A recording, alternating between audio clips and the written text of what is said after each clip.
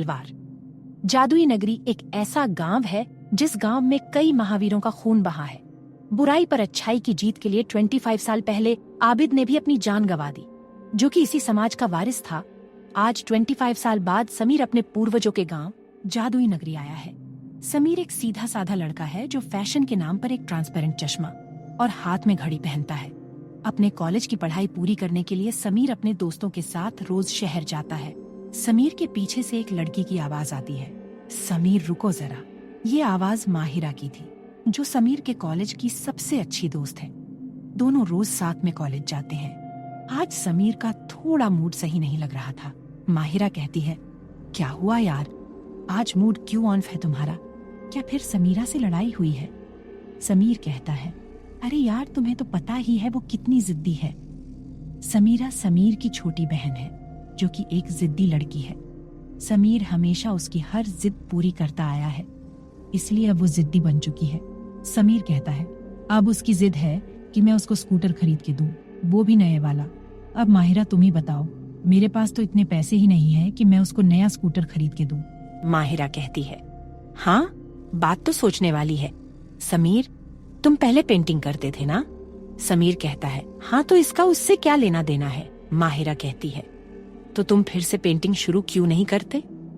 समीर कहता है, मैंने अभी तक कोई भी अच्छी पेंटिंग नहीं बनाई है, मुझे पेंटिंग में कोई दिलचस्पी नहीं है। माहिरा कहती है, समीर तुमने वो कहावत सुनी है क्या? समीर कहता है, कौन सी कहावत? माहिरा कहती है, कोशिश करने वाले की कभी हार नहीं होती। समीर कहता है, ठीक है बाबा, मैं फिर से पेंटिंग शुरू कर दूंगा। समीर के कंधे पर एकदम से कोई हाथ रखते हुए कहता है, अरे भाई किस बारे में बात हो रही है? ये समीर का दोस्त अली था। समीर कहता है, अरे यार समीरा की एक और जिद है कि मैं उसे एक नया स्कूटर खरीद के दूं। कहते हुए समीर अपने और माहिरा के बीच की सारी बातें अली को कह देता है। अली कहता है, तो ठीक है भाई, पेंटिंग शुरू कर दो, वैसे भी तुम्हारे पास बहुत सारा टाइम होता है। माहिरा दूसरी ओर देखते हुए कहती है, वो सब तो ठीक है, पर ये प्रोफेसर सर वहाँ कहाँ जा रहे हैं? प्रोफेसर एक कच्ची सड़क वाले रास्ते पर चल रहा था, जो कि एक पुरानी हवेली की ओर जाता है। कॉलेज की क्लास छोड़कर सब लोग प्रोफेसर सर के पीछे जाने लग जाते हैं। माहिरा कहती है, सर तो पुरानी हवेली की ओर जा रहे हैं। समीर कहता है, पुरानी हवेली में सर का क्या काम? अली कहता है, अब वो तो इनका पीछा करके ही पता चलेगा। वो तीनों प्रोफेसर सर के पीछे धीरे धीरे चल रहे थे। प्रोफेसर एक बड़ी खंडर नुमा हवेली के एंट्रेंस पर खड़े होकर कुछ मन ही मन बड़बड़ा रहा था। प्रोफेसर जैसे ही उस बड़े से दरवाजे पर हाथ रखता है तो वो दरवाजा अजीब तरीके से खुल जाता है। वो तीनों प्रोफेसर को ये सब करते हुए देखकर हैरान थे, क्योंकि वो पूरा दरवाजा लोहे का बना हुआ था। उस दरवाजे पर कई तरह की चित्रकला की हुई थी। हवेली को देखकर लगता था कि हवेली कई 100 सालों पुरानी होगी, और उस पर एक शैतान का चित्र बना हुआ था, जिसके हाथ में एक तलवार थी जो कि खून से सनी हुई थी। प्रोफेसर हवेली के अंदर जाने लग जाता है। वो तीनों भी प्रोफेसर के पीछे चुपके चुपके जाने लग जाते हैं। प्रोफेसर एक बड़ी सी मूर्ति के आगे खड़ा हो जाता है। तभी एकदम से प्रोफेसर बिना मुड़े चालाकी भरी हंसी के साथ कहता है, आओ समीर आओ, मैं तुम्हें ही तो बुलाना चाहता था, पर साथ में तुम्हारे दोस्त भी आ गए। चलो, वैसे तो ठीक ही हुआ। इतना कहते हुए प्रोफेसर मुड़ जाता है और कहता है, तुम तो जानते ही हो मैं किस बारे में बात कर रहा हूँ। समीर अभी कुछ भी बोलने की स्थिति में नहीं था। वो प्रोफेसर को देखकर हैरान था, क्योंकि प्रोफेसर के माथे पर बीचों बीच लाल रंग की रोशनी थी, जो सिर्फ समीर को ही नहीं पर माहिरा और अली को भी हैरान कर देती है। तीनों को डर की वजह से पसीने छूटने लगे। ये देखकर प्रोफेसर और जोर से हंसते हुए कहता है, अरे देखो तुम्हारे तो अभी से पसीने निकलने लगे, अभी तो मैंने कुछ किया ही नहीं और तुम अभी से इतना डर रहे हो। आगे तुम लोग बस देखते जाओ मैं क्या क्या करता हूँ। अगर मैंने तुम्हारा पूरा काम खत्म नहीं कर दिया ना, तो मेरा नाम भी अजीत नहीं। अभी के लिए जा रहा हूँ, पर मेरी चेतावनी याद रखना, मैं आऊंगा फिर से, जब तक मुझे मेरा खंजर नहीं मिल जाता।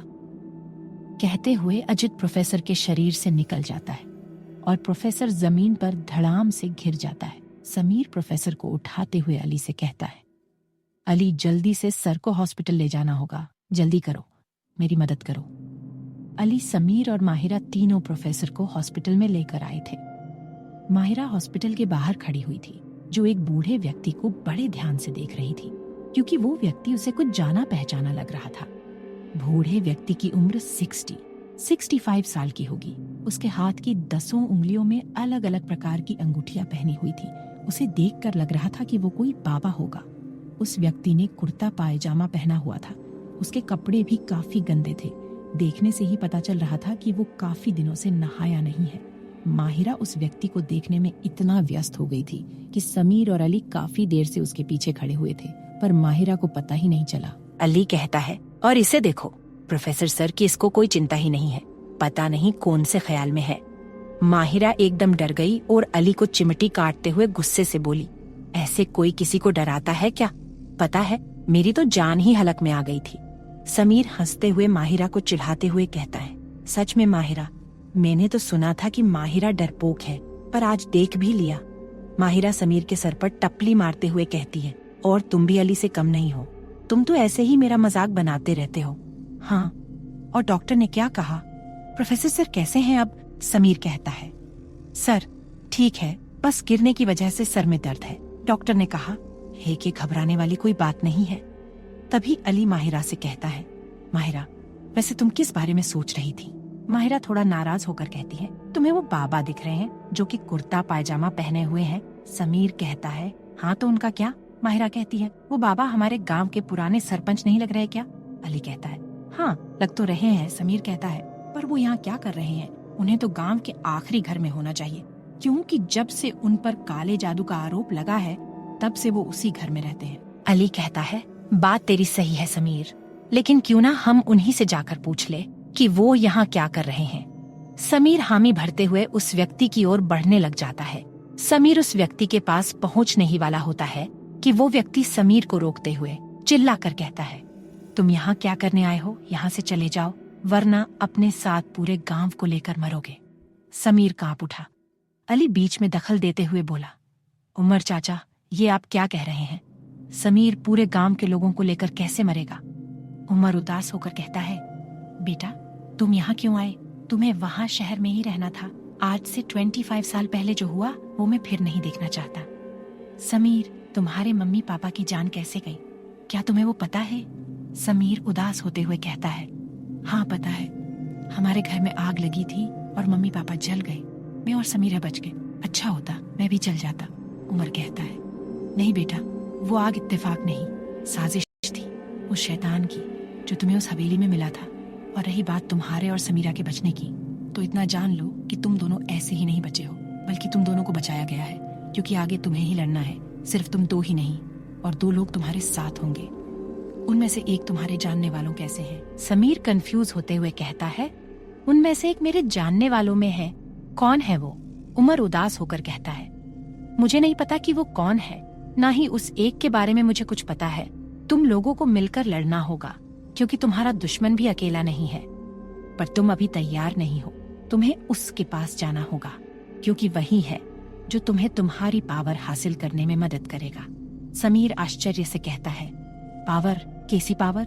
मेरे अंदर कोई पावर नहीं है उमर चाचा, मुझे तो कोई पावर महसूस भी नहीं हुई है। तो फिर मुझे मेरी पावर कैसे मिलेगी? कैसे मिलेगी समीर को अपनी पावर? और वो 2 लोग कौन है? वो लोग कैसे समीर को उस इंसान के पास जाने में उसकी मदद करेंगे? जानने के लिए सुने जादुई नगरी का अगला एपिसोड सिर्फ पॉकेट FM ऐप पर। एपिसोड 2, समीर का नया सफर। उमर कहता है, तुम्हें एक ही इंसान तुम्हारी पावर हासिल करने में तुम्हारी मदद कर सकता है। समीर कहता है, और वो इंसान कौन है? उमर कहता है, समीर तुम्हें पहले उन 2 लोगों को ढूंढना होगा। उन 2 लोगों को ढूंढने के बाद ही तुम वहां उसके पास जा सकते हो। उमर समीर की ओर देखते हुए बोला, समीर तुम्हारे शरीर पर एक निशान होगा। समीर कहता है, हाँ उमर चाचा, मेरी कलाई पर एक खंजर का निशान है, पर इस निशान से हम उन 2 लोगों को कैसे ढूंढेंगे? उमर कहता है, तुम्हारे जैसा निशान उन 2 लोगों के पास भी है? उमर थोड़ा परेशान होते हुए कहता है, पर वो निशान उनके शरीर पर कहीं भी हो सकता है। समीर थोड़ा सोचते हुए कहता है, तो फिर हम उन लोगों को कैसे ढूंढेंगे? उमर कहता है, कहानी जहां से शुरू हुई है वहीं उन्हें ढूंढो। समीर कहता है, ठीक है उमर चाचा, हम उन 2 लोगों को ढूंढ लेंगे। शाम हो चुकी थी और प्रोफेसर को भी हॉस्पिटल से छुट्टी मिल चुकी थी। समीर, माहिरा और अली तीनों समीर के घर आए हुए थे। समीर अभी जिस घर में रहता था वो घर काफी पुराना था। उसी घर में आग लगी थी जिसमें उसके मम्मी पापा जल गए थे। समीर घर में जाते हुए समीरा को आवाज लगाता है, समीरा, माहिरा और अली के लिए पानी लाना। अंदर से समीरा की आवाज आती है, हाँ भाई लाती हूँ। कुछ देर बाद समीरा 3 ग्लास पानी लेकर आती है। समीरा ने पीले रंग का पटियाला सूट पहना हुआ था जो कि उस पर सूट कर रहा था। समीरा का रंग गोरा था जो कि उसकी सुंदरता को और भी निखार रहा था। अली तो जैसे उसकी सुंदरता में खो ही गया। माहिरा अली को हिलाते हुए कहती है, अली कहाँ खो गए हो, पानी का ग्लास ले लो। अली बात को घुमाते हुए कहता है, मैम वो 2 लोगों के बारे में सोच रहा था जो कि समीर को उसकी पावर हासिल करने में उसकी मदद करेंगे। समीर थोड़ा चिंता करते हुए कहता है, हाँ हमें उन दोनों को ढूंढना होगा। माहिरा परेशान होकर कहती है, पर कैसे समीर, हमें ना उनका नाम पता है, फिर हम उनको कैसे ढूंढेंगे। समीर कुछ सोचते हुए कहता है, मुझे लगता है कि हमें उस पुरानी हवेली में फिर से जाना होगा क्योंकि उमर चाचा ने कहा था कि कहानी जहाँ से शुरू हुई है वहाँ ढूंढो। अली डरते हुए कहता है, नहीं भाई, हम वहाँ दोबारा नहीं जाएंगे, तुमने सुना नहीं वो शैतान क्या कह रहा था। माहिरा गंभीर होकर कहती है, नहीं अली, अगर हमें उन 2 लोगों को ढूंढना है तो हमें वहाँ जाना ही होगा। समीर कहता, हाँ अली, हमें वहाँ जाना ही होगा। समीरा ये सब सुन के कंफ्यूज होकर बोली, किन 2 लोगों को ढूंढने की बात हो रही है। समीर समीरा को उनकी बीच की सारी बातें कह देता है। समीरा समीर की बात में हामी भरते हुए कहती है, समीर भाई सही कह रहे हैं, हमें उस हवेली में जाना ही होगा। समीर समीरा की चिंता करते हुए कहता है, नहीं समीरा तुम नहीं, हम तीनों उन लोगों को ढूंढ लेंगे। समीरा थोड़ा गुस्सा करते हुए कहती है, भाई आप मुझे कहीं भी जाने नहीं देते, कम से कम अभी तो मुझे ले जाइए। समीर समीरा को किसी भी तरह की परेशानी में नहीं डालना चाहता था, पर आखिरकार समीर को समीरा की जिद के आगे घुटने टेकने पड़ते हैं। समीर कहता है, ठीक है बाबा, तुम भी हमारे साथ चलना। समीरा ये सुनकर खुशी से उछल पड़ी और बोली, देखा, आखिर आपको मुझे ले जाना ही पड़ा ना। अली हंसते हुए कहता है, सच में समीर, तुम्हारी बहन बहुत ही जिद्दी है। रात हो चुकी थी और समीर सबको अपना अपना कमरा दिखा चुका था। माहिरा को दूसरी मंजिल के पहले रूम में कमरा दिया हुआ था जो कि देखने से ही लग रहा था कि काफी सालों से उस रूम की सफाई नहीं हुई है। उस रूम की दीवारों पर अलग-अलग प्रकार की पेंटिंगें लटकी हुई थी और सभी पेंटिंग में एक चीज कॉमन थी जो कि होना भी चाहिए, पेंटिंग देखकर लगना चाहिए कि पेंटिंग हमसे बात कर रही हो। उसी तरह एक पेंटिंग माहिरा को बहुत पसंद आई जिसमें एक औरत अपने बच्चे को सुलाने की कोशिश कर रही थी पर बच्चा सो ही नहीं रहा था, बच्चे के हाथ हवा में लहरा रहे थे। पेंटिंग देखकर माहिरा को अपने भाई की याद आती है जो कि इस पेंटिंग वाले बच्चे की ही तरह रोता था। माहिरा अपनी यादों में खो जाती है। माहिरा कहती है, ये मोइन इतना क्यों रो रहा है। मोइन माहिरा का छोटा भाई था जो कि 1 साल और 4 महीने का था। अमीरा जो कि माहिरा की माँ थी, अमीरा कहती है, 1 घंटे से मोइन को सुलाने की कोशिश कर रही हूँ पर ये सो ही नहीं रहा। माहिरा कहती है, माँ हम इसे डॉक्टर चाची के पास लेकर जाते हैं, क्या पता मोइन को कोई तकलीफ हो। अमीरा कहती है, ठीक है, फिर चलो तुम अपनी स्कूटी निकाल लो। दोनों मोइन को लेकर डॉक्टर के पास चले जाते हैं और माहिरा अपने ख्याल में से बाहर आ जाती है। माहिरा रोते हुए अपने आप से कहती है, कितना अच्छा होता अगर आप दोनों मेरे साथ होते। बहुत अकेली हो गई हूँ मैं जब से आप दोनों की मौत हुई है। अरे किसने कहा कि तुम अकेली हो माहिरा। ये आवाज समीर की थी जो दीवार के सहारे खड़े होकर माहिरा की बातें सुन रहा था। समीर कहता है, समीरा तुम कभी भी अपने आप को अकेली महसूस मत करना, हम लोग ही तो सही। फिर तुम क्यों ऐसा कह रही हो। माहिरा कहती है, समीर मुझे माँ और मोइन की बहुत याद आ रही है। माहिरा बात पूरी कर कर समीर को गले लगकर रोने लग जाती है। समीर उसे दिलासा देते हुए कहता है, अब जो हुआ उसे हम बदल तो नहीं सकते ना माहिरा। माहिरा समीर से अलग होकर उदासी भरे स्वर में कहती है, समीर तुम जाकर सो जाओ, कल हमें उन 2 लोगों को भी ढूंढना है। समीर माहिरा को बाय कहकर नीचे चला जाता है। समीर जैसे ही नीचे आता है तो देखता है कि अली लिविंग हॉल में चक्कर लगा रहा था। अली हंसते हुए कहता है, सब समझता हूँ मैं भाई, आधी रात को एक लड़का लड़की के कमरे में क्यों जाता है। समीर थोड़ा मुंह बिगाड़ते हुए कहता है, तू ऐसा कैसे सोच सकता है, तुझे क्या लगता है हमारे बीच कुछ है। अली कहता है, हाँ भाई, तभी तो तू इतनी रात को उसके रूम में गया था। समीर अपनी सफाई देते हुए कहता है, मैं तो सिर्फ उसे पूछने गया था कि उसे कमरा कैसा लगा। अली कहता है, ओह तो ये बात है तो पहले कहना था ना भाई, मैं तो खामखा ही शक कर रहा था, समीर कहता है। तू मेरी बात सुनेगा तभी मैं कहूंगा ना, अली कहता है। ठीक है भाई, माफी जनाब माफी, समीर कहता है। क्या समीरा सो गई? अली कहता है। पता नहीं, मैंने देखा नहीं, मैं देख कर आता हूँ, कहकर अली समीरा के रूम की ओर चल पड़ा। अली जैसे ही समीरा के रूम के दरवाजे पर पहुंचता है तो उसकी आंखें खुली की खुली रह जाती है। ऐसा क्या था समीरा के रूम में जिसे देखकर अली की आंखें खुली रह गई? जानने के लिए सुने जादुई नगरी का अगला एपिसोड सिर्फ पॉकेट FM ऐप पर।